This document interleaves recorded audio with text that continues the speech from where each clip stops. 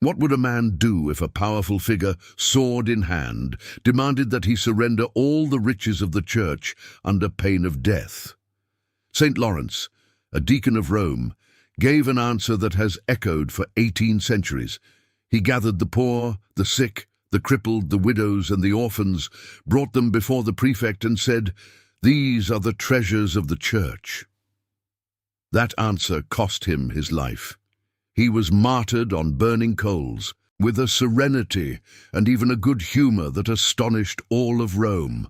But his testimony of charity and courage lives on, reminding us of the church's true wealth. Let us follow the story of this glorious martyr, patron saint of deacons and the poor. Before we begin, tell us in the comments which city or country you are joining us from today. It brings us joy to know how far devotion to St. Lawrence reaches. And if you carry an intention in your heart, an appeal for courage in the faith, charity toward the poor, or a grace you need, leave it in the comments as your prayer request as well. Let us place all these intentions together under the protection of this brave martyr. If this story strengthens your faith, stay with us until the end. Chapter 1. Rome in times of persecution. To understand the greatness of St. Lawrence, we must travel in our imagination to 3rd century Rome, a powerful yet cruel city where the Church of Christ lived in hiding and under persecution. A little more than 2 centuries had passed since the Lord's death and resurrection, and Christianity had spread throughout the empire. Yet it remained a forbidden faith, whose followers were often denounced, imprisoned, and executed for refusing to worship the gods of the state or the emperor. In those days, being a Christian could cost you your life. The faithful often met in secret, celebrating the Eucharist in homes or in the catacombs, and living ready to bear witness to their faith, even unto martyrdom. The blood of the martyrs, far from extinguishing the church, caused it to grow. As the ancients said, that blood was the seed of new Christians. It was the glorious and painful age of the Church of the Martyrs. Around the middle of that century, Emperor Valerian unleashed one of the harshest persecutions against Christians. His edicts were aimed especially at the church's shepherds, the bishops, priests, and deacons, and at the property of Christian communities which imperial power coveted. The aim was to decapitate the church by eliminating its leaders and to seize its resources. St. Lawrence lived and died amid that storm. The Church of Rome, the heart of Christendom because the tombs of the apostles St. Peter and St. Paul were there, was a primary target of the persecution. It was governed by the Pope, successor of St. Peter, and served by a group of deacons who attended to worship, charity, and the administration of goods intended for the poor. Among those deacons, one would stand out for his faith, charity, and courage, becoming one of the most celebrated martyrs of all time. That man was Lawrence. At a time when confessing Christ meant risking one's life, he not only confessed his faith, but sealed it with a glorious martyrdom, while also offering an unforgettable testimony about the Church's true wealth.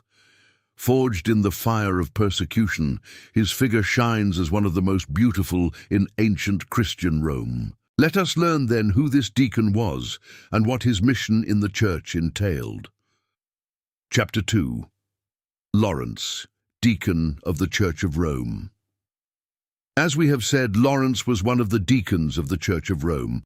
According to an ancient tradition much loved in Spain, he was born in the city of Huesca, in the land of Aragon, to devout Christian parents, and from there he is said to have traveled to Rome, where he entered the service of the Church. Whatever the details of his origins, what is certain is that he carried out his ministry in Rome and there won the crown of martyrdom.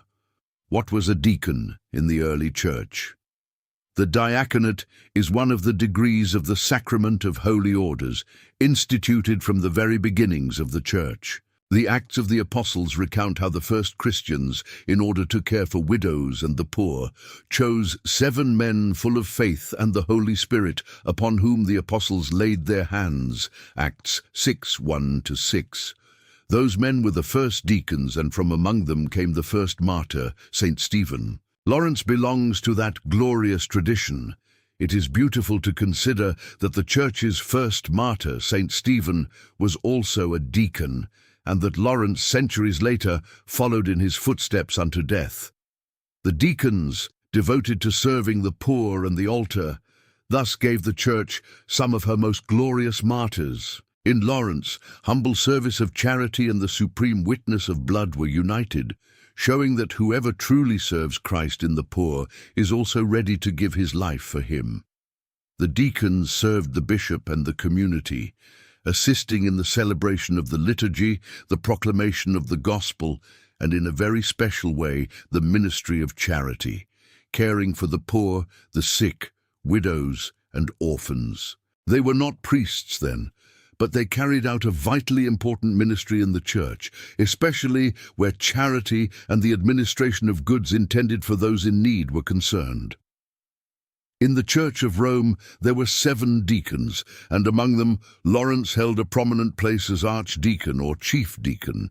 He was entrusted in a particular way, with safeguarding the Church's goods and distributing alms among the poor.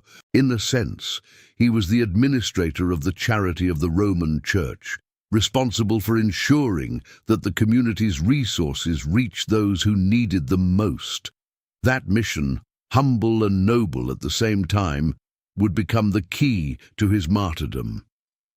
Lawrence carried out his ministry with admirable love and dedication. He served the Pope at the altar, assisted in the liturgy, and devoted himself tirelessly to the poor, in whom he saw the face of Christ. His faith was steadfast, his charity ardent, and his heart generous. Those who knew him admired his zeal for the house of God and his compassion for those in need. In him, piety and charity, fidelity to God and love of neighbor were united. For Lawrence, that service to the poor was not a secondary task, but the very heart of his vocation. He understood that the Church's goods were not meant to be hoarded, but distributed among the poorest children of God, and that in every beggar, every sick person, and every widow, Christ himself was hidden. That conviction, lived out with heroic courage, would shine forth admirably in the hour of trial. Let us pause to consider his service to the poor, which was the glory of his life and the cause of his death. Chapter 3. Service to the Poor. Treasurer of Charity. As custodian of the goods of the Church of Rome, Lawrence was, in a sense, the treasurer of charity. But he was not a treasurer who stored up riches. He was one who distributed them. His task was to take what the faithful offered and distribute it among the poor, the sick, widows, orphans, and all who were suffering need. The Church of Rome supported a multitude of needy people, and Lawrence was the instrument of that charity. The love with which he carried out that ministry is revealed by the way he would later, at the supreme hour, call the poor the treasures of the Church. He did not see them as a burden, but as the true treasure entrusted to him. Every alms he distributed, every sick person he aided, every hungry person he fed was, for him, an act of love for Christ, present in the lowly. He surely remembered the Lord's words, "Whatever you did for one of the least of these brothers of mine, you did for me." Matthew 25:40. Lawrence understood that the riches of this world are fleeting, and that the only way to turn them into a true treasure is to give them to the poor, thereby placing them at the service of the kingdom of God. He lived out the Lord's teaching to the rich young man, "Sell what you have and give to the poor, and you will have treasure in heaven." Matthew 19:21. The goods that passed through his hands did not remain there, but flew toward those in need, transformed into charity. His heart, then, was where his treasure was. "For where your treasure is, there your heart will be also," Matthew 6:21, Jesus had said. And Lawrence's heart was with the poor and with God. He did not love money or riches, but his needy brothers and sisters and the Lord, whom he served in them. That is why, when the time came to choose between riches and fidelity to Christ, he did not hesitate. He preferred to give the goods to the poor rather than hand them over to the persecutors. That love for the poor sprang from his faith. Lawrence did not engage in charity out of philanthropy, but out of love for Christ, whom he saw and served in every person in need. His charity was the reflection of his faith, and his faith became works through charity. Thus, like every true Christian, he united love of God and love of neighbor, which are one commandment. In his humble service to the poor, he was unknowingly preparing himself for the supreme witness of martyrdom.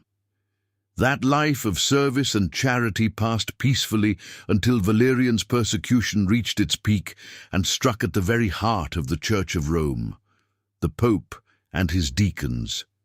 The arrest and martyrdom of the Supreme Pontiff would hasten events and place Lawrence before the decisive hour of his life. Let us see how the martyrdom of Pope Sixtus foretold his own. Chapter 4. Pope Sixtus and the foretelling of martyrdom.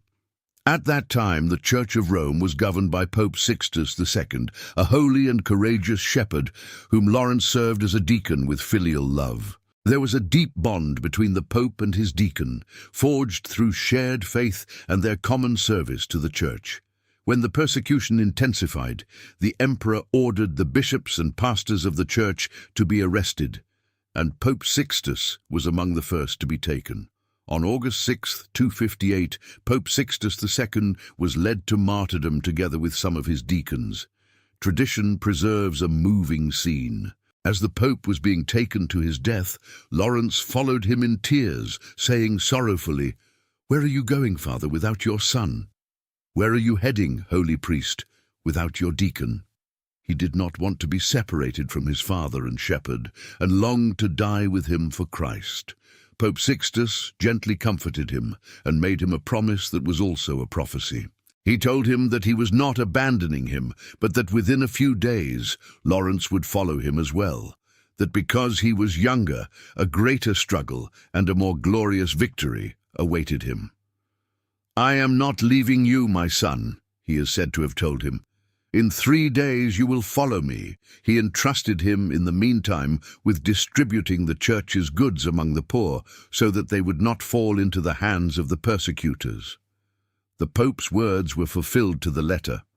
Sixtus was martyred, and a few days later Lawrence would be as well, just as his father had foretold. The Pope's prophecy prepared the deacon's heart for the trial, giving him the certainty that his martyrdom was near and that through it he would attain the crown.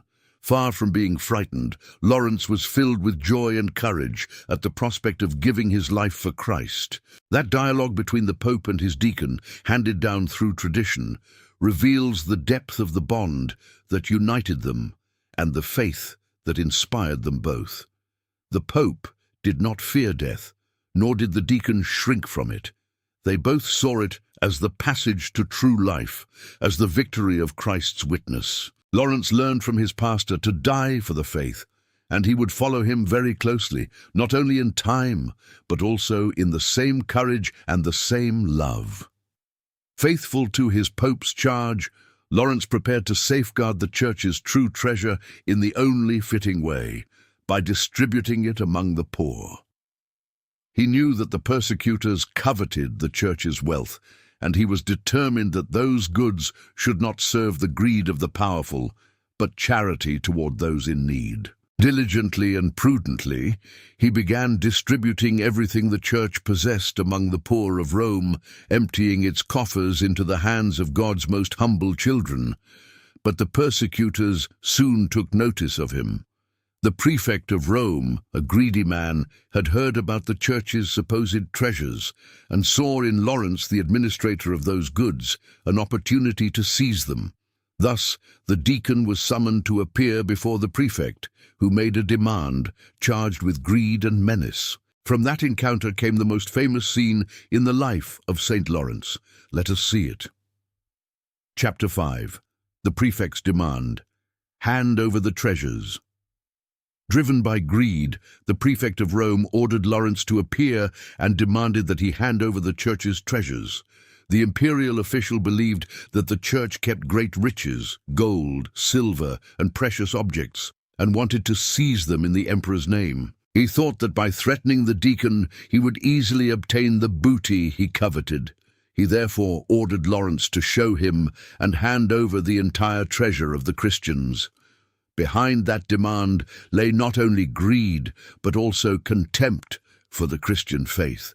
The prefect did not understand the true nature of the church or the purpose of its possessions, which were not meant for luxury or power, but for charity. He judged the church by the standards of the world, believing that its wealth lay in gold and silver.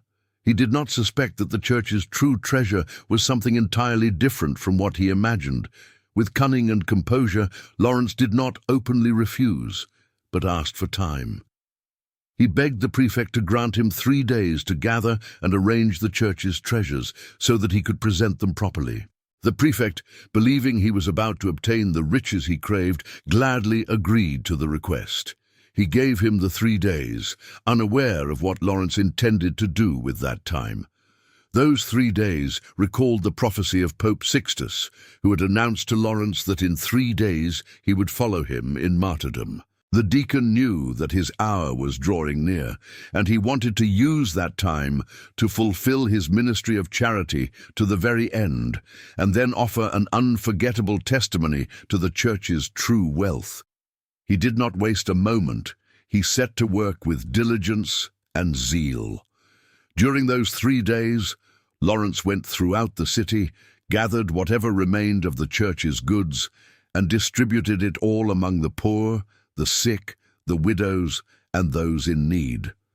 He emptied the coffers, sold the valuable objects, and distributed the money so that nothing would remain that could fall into the hands of the persecutors.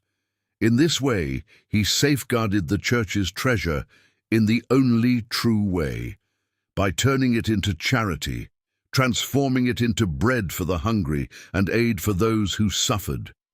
At the same time, he gathered around him a multitude of those he had helped: the poor, the blind, the lame, the lepers, the elderly, widows, orphans, all those whom the charity of the church supported. With them, he was preparing the most beautiful and daring answer ever given to a powerful man. When the 3rd day arrived, Lawrence appeared before the prefect with that extraordinary entourage. Let us contemplate the scene that has been forever engraved in the memory of the church. Chapter 6. These are the treasures of the church. When the 3rd day arrived, Lawrence appeared before the prefect, followed by a great multitude. But he brought neither gold nor silver nor chests filled with riches. He brought with him a multitude of the poor, the sick, the disabled, the blind, the lame, the lepers, widows and orphans, all those whom the church supported through her charity. He had gathered them all together and was leading them before the imperial official, who was impatiently awaiting his treasure. When the prefect saw that strange procession of destitute people, he understood nothing. He had expected riches and found himself faced with a multitude of poor and sick people. Then Lawrence, with calm courage, pointed to the crowd and spoke the words that would make him famous forever. These are the treasures of the church. And according to tradition, he added that the church was truly rich, richer than the emperor, because she possessed treasures that do not perish. Through that gesture and those words, Lawrence proclaimed one of the most beautiful truths of the gospel, that the poor are the church's true treasure. Not gold or silver which pass away, but the lowly and those who suffer, in whom Christ himself is hidden. The church is rich not because of what she hoards, but because of the poor whom she loves and supports, for in them she possesses Christ himself, who said, "I was hungry, and you gave me food." Matthew 25:35. It was an answer filled with wisdom and daring. Lawrence exposed the prefect's greed and showed him that the church's wealth belonged to another order, an order the world does not understand. At the same time, he gave a glorious witness to Christian charity and to the dignity of the poor, raised to the status of God's treasure. That scene, so simple yet so profound, has echoed through the centuries as an unforgettable lesson. But the prefect did not understand it that way. When he realized that his greed had been mocked and heard the answer he regarded as an insult, he flew into a rage. He felt deceived and humiliated, and his frustrated avarice turned into fury. He decided that Lawrence would pay for his audacity with his life, not with just any death, but with a cruel and prolonged torment to satisfy his vengeance and attempt to break the deacon's faith. Thus, Lawrence's courageous confession, in which he called the poor the treasures of the church, opened the gates of martyrdom for him. The deacon knew this and accepted it with joy, ready to crown the testimony of his charity with his blood. His hour, the one Pope Sixtus had announced to him, had come. Let us contemplate with reverence the martyrdom of St. Lawrence, one of the most renowned and admirable in the entire history of the Church. Chapter 7. Martyrdom on the Gridiron. Enraged, the prefect condemned Lawrence to a cruel and prolonged martyrdom. According to the ancient and consistent tradition of the Church, recorded by great fathers such as St. Ambrose and celebrated by ancient Christian poets, Lawrence was condemned to be roasted alive on an iron gridiron placed over glowing coals. Through that slow and atrocious torment, they sought to break his faith and satisfy the vengeance of the humiliated prefect. It is worth noting that this account of the martyrdom on the gridiron has come down to us through a very ancient and venerable tradition, attested as early as the 4th century by St. Ambrose and by ancient Christian hymns. Some scholars dispute the details of the execution, but the Church has always preserved and celebrated this form of Lawrence's martyrdom, which has become inseparable from his figure. The essential point, in any case, remains certain. Lawrence gave his life for Christ with admirable strength. They therefore prepared a large gridiron, lit the coals beneath it, and laid the deacon upon it. The fire began slowly to burn his body in a torment that would have made anyone renounce his faith. The executioners expected to hear his screams, his pleas, perhaps even his apostasy. But what they saw and heard left them astonished, because Lawrence, sustained by a strength that was not human, remained serene and even joyful amid such horror. Indeed, God's grace sustained his martyr in such a way that the fire consuming his body could not disturb the peace of his soul. Amid the torments, Lawrence did not curse or despair, but prayed and bore witness to Christ.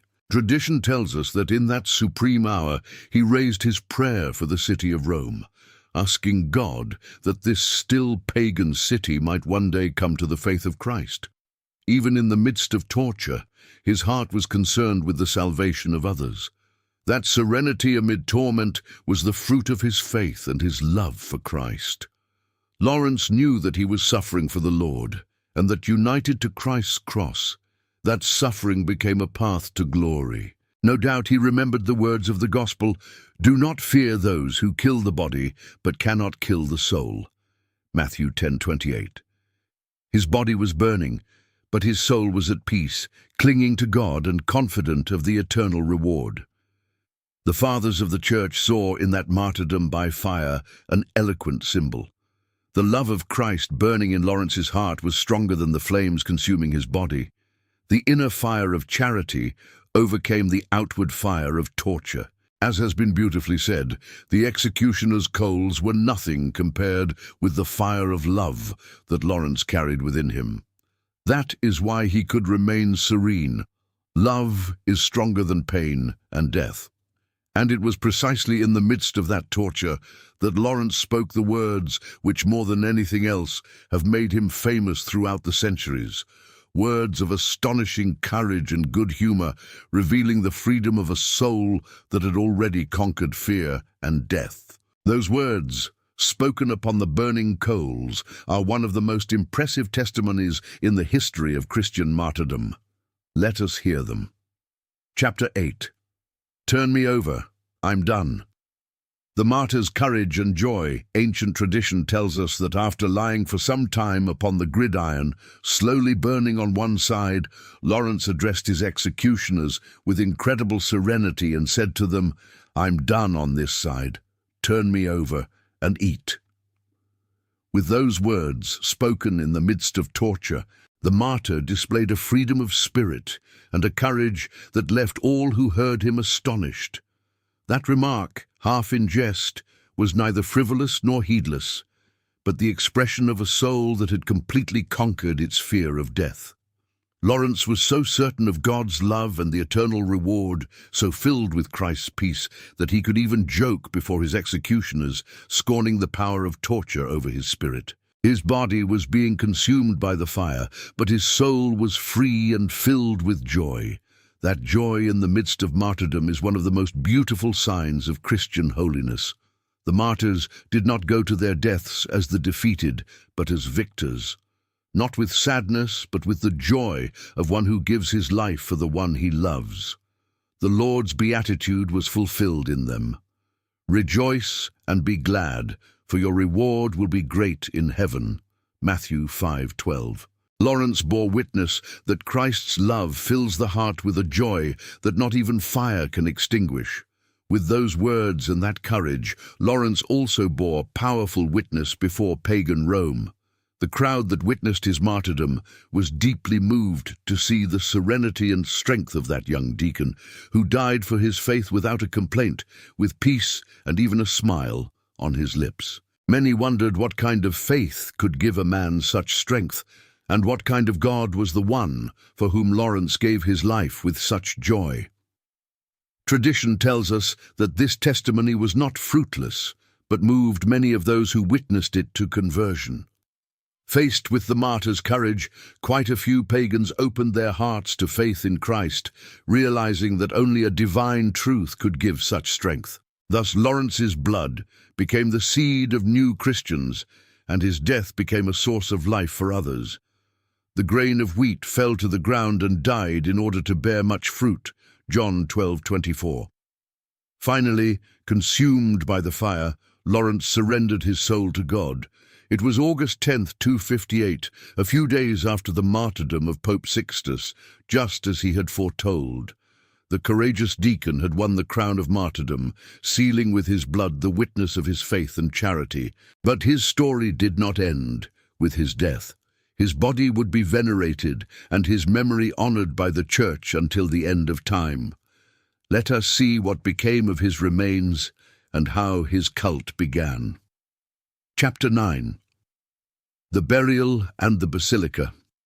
After his martyrdom, the Christians of Rome reverently gathered Lawrence's body and buried him in a cemetery on the Via Tiburtina, one of the roads leading out of the city. From the very beginning, his tomb was the object of great devotion, and the faithful came to it to honor the glorious martyr and ask for his intercession. Lawrence's memory was forever engraved in the heart of the Church of Rome. In time, a church was built over his tomb, eventually becoming one of Rome's great basilicas, the Basilica of St. Lawrence, outside the walls. So called because it stood outside the walls of the city, since the cemetery lay beyond the urban boundaries. That basilica became one of Rome's principal shrines and one of the churches that pilgrims visited with special devotion. His memory is still venerated there today. Devotion to St. Lawrence grew rapidly and spread throughout the church. Alongside the apostles St. Peter and St. Paul, he came to be regarded as one of the great patrons of the city of Rome, and his name became renowned throughout Christendom. Great fathers of the Church, such as St. Ambrose and St. Augustine, preached about him and praised his martyrdom and charity, presenting him to the faithful as a model. One sign of the very high veneration the Church paid him is that his name was included in the Roman canon, that is, the principal Eucharistic prayer of the Mass, among the martyrs named alongside the apostles. Few saints have received such an honor.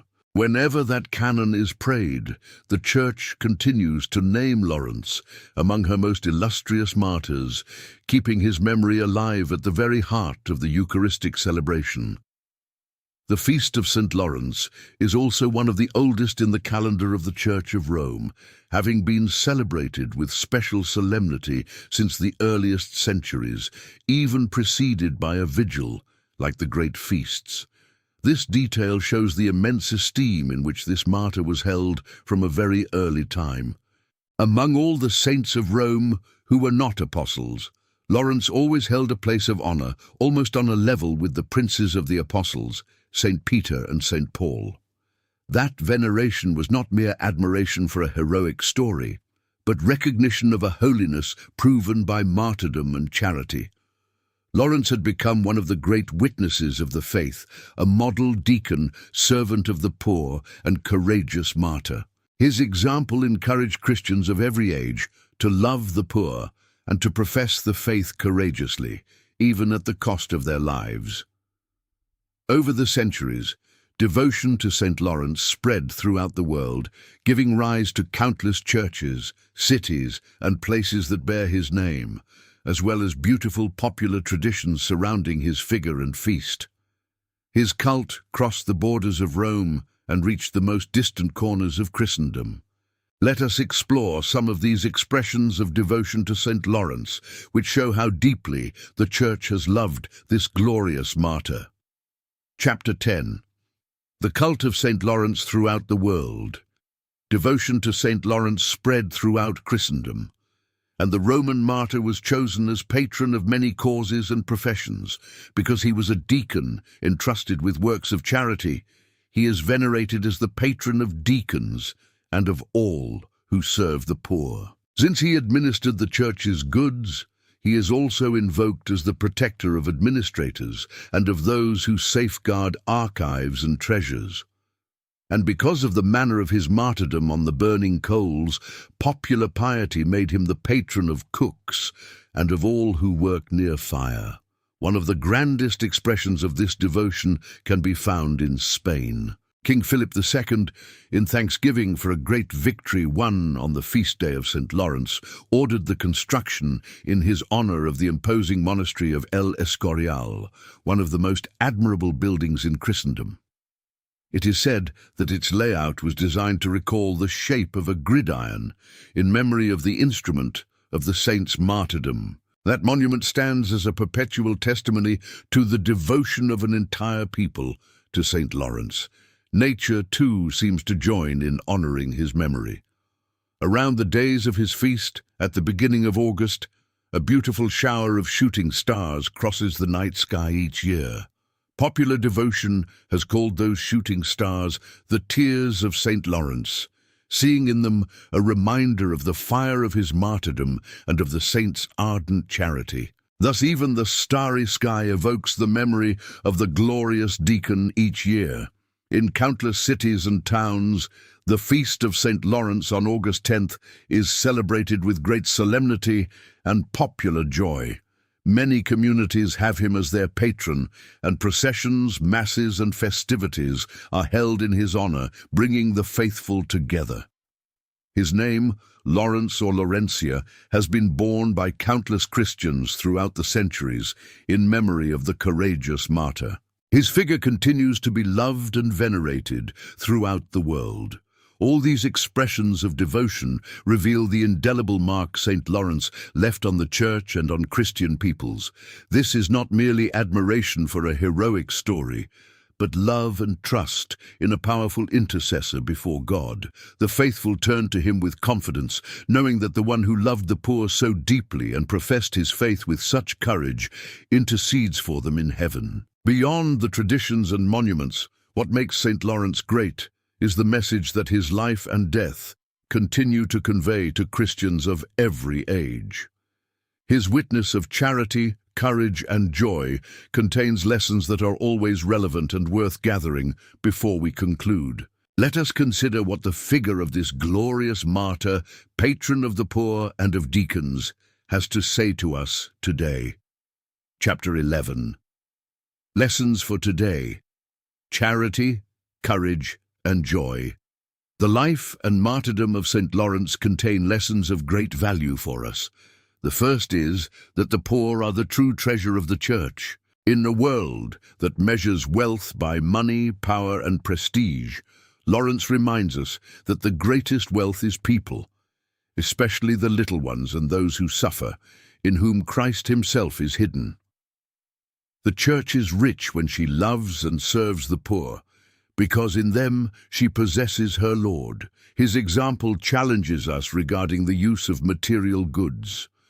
Lawrence did not hoard the Church's riches, but distributed them among those in need, turning them into charity. He thus teaches us that what we have is not meant to be selfishly accumulated, but shared with those who suffer need, placing it at the service of love. For where your treasure is, there also will your heart be. Matthew 6:21. Whoever places his treasure in the poor and in God has his heart in heaven.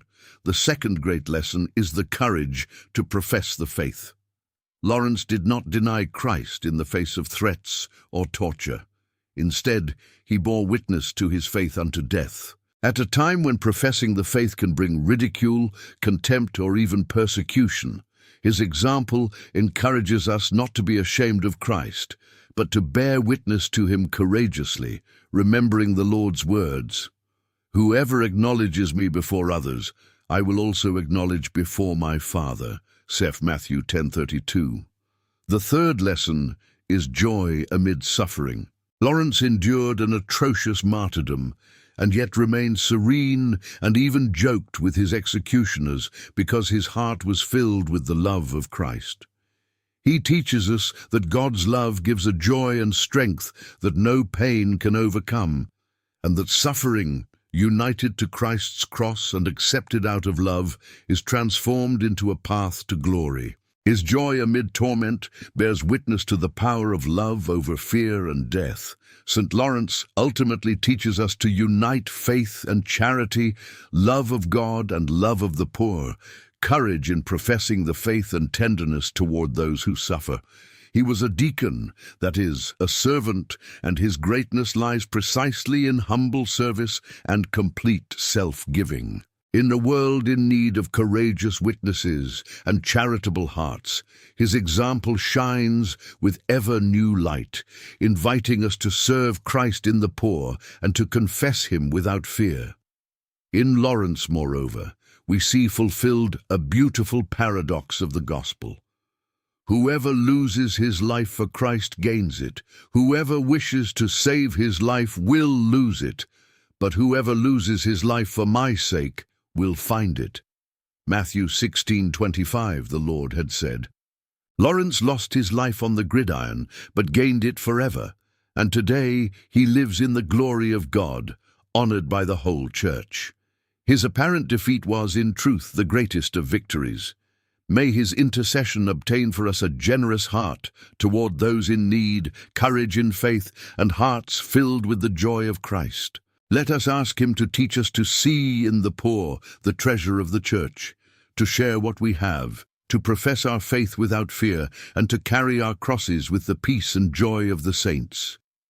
Let us place ourselves under his protection with a trusting prayer, bringing this journey through the life of the glorious deacon and martyr to a close. Chapter 12. Prayer to St. Lawrence. Glorious St. Lawrence, faithful deacon and courageous martyr of Christ, who served the Church of Rome with love and called the poor the true treasures of the Church, obtain for me a generous and charitable heart, that I may recognize the face of Christ in those who suffer and share with them all that I have. You who distributed the Church's goods among the poor, rather than surrendering them to the greed of the world, teach me not to set my heart on riches that pass away, but to store up treasure in heaven through charity, serving God in the little ones and those in need. You who professed your faith courageously and did not deny Christ either in the face of threats or torment, give me strength to bear witness to my faith without fear, never to be ashamed of the gospel, and to remain faithful to the Lord in times of trial. You who endured martyrdom with serene joy, calm and joyful amid the flames, teach me to bear my crosses with patience and peace, confident that the love of Christ is stronger than all pain and even death itself. St. Lawrence, patron saint of deacons and the poor, pray for me and for all who turn to you, so that living in charity and in the courage of faith, we may deserve to receive with you the crown that God promises to his faithful servants, and one day behold him in the glory of heaven, through Christ our Lord. Amen. St. Lawrence, deacon and martyr, pray for us.